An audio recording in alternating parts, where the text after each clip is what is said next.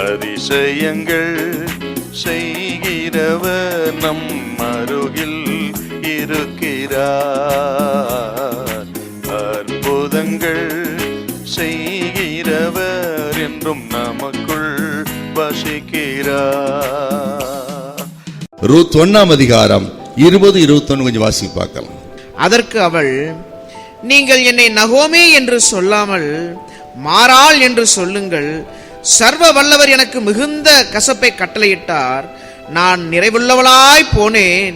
கர்த்தர் என்னை வெறுமையாய் திரும்பி வர பண்ணினார். கர்த்தர் என்னை சிறுமைப்படுத்தி சர்வ வல்லவர் என்னை கிளேசப்படுத்தியிருக்கையில் நீங்கள் என்னை நகோமி என்பானேன் என்றாள். நகோமியின் வாழ்க்கை நமக்கு ரொம்ப நல்லாவே தெரியும். உடைக்கப்பட்ட ஒரு ஸ்திரீயின் வார்த்தை எத்தனை பயங்கரம் பாருங்க. ஏன்னு கேட்டா, அவ போகும்போது ரொம்ப நல்லா போயிருக்கா, வரும்பொழுது ஆள் அடையாளமே தெரியலையா. ஆக மெலிந்து முடியெல்லாம் உதிர்ந்து ஒரு ஆணை போல தோற்றமுடையவள, ஆளே அடையாளம் தெரியாம வர்ற. ஆகவே தான் அங்க இருக்கிறவங்களாம் இது நகோமியோ அப்படின்னு கேட்கிறாங்க. அப்படி அவள் வருகிற நிலைமை ரொம்ப கஷ்டம். உடைக்கப்பட்டவள். இதற்கு காரணம் ஆண்டவர் கிடையாது. இவள் சொல்லுகிறார் சர்வ வல்லவனுக்கு கசப்பை கட்டளையிட்டார் அப்படி இவள் சொல்றா. ஆனா கர்த்தர் காரணம் அல்ல. என்ன காரணம்? இதே பெத்லெகேமில் நிறைய பேர் அங்க இருக்கிறாங்க. ஆனால் இவள் மோவாப் தேசத்துக்கு போனாள். அது முதல் தவறு. இரண்டாவது தவறு என்ன? போன இடத்துல 10 வருஷம் இருந்துட்டா. மூன்றாவது தவறு, மிகப்பெரிய தவறு, மோவாபிய ஸ்திரீகளை விவாகம் பண்ணி கொடுத்து பிரமாணத்தை மீறிவிட்டாள்.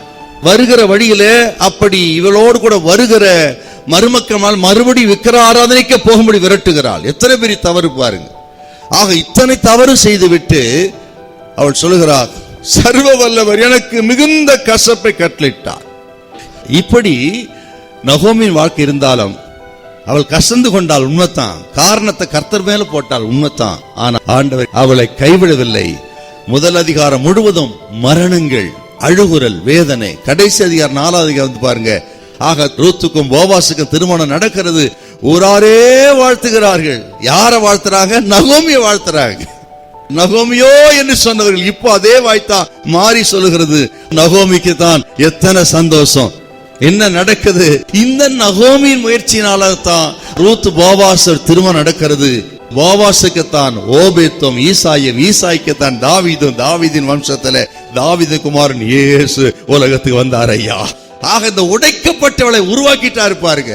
உன்னை ஆகாதவள் என்று சொன்னவர்கள், உருப்படாத என்று சொன்னவர்கள், அந்த வாயை உன்னை குறித்து புகழ்ந்து பாடும்படி கர்த்தர் செய்வார். நீ புகழ்ந்து பாடுவது இரண்டாவது தான். நமது ஆண்டவர் யாருன்னு கேட்டீங்கன்னா, உருவாக்கும்படி உடைக்கிறவர். நகோமியின் வாழ்க்கையில செய்தவர் உங்கள் வாழ்க்கையில நிச்சயமாய் செய்வார். உடைக்கப்பட்டது வீணா போறதில்லை.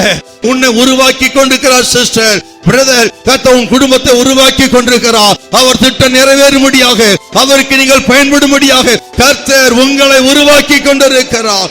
ஹல்லேலூயா, ஹல்லேலூயா.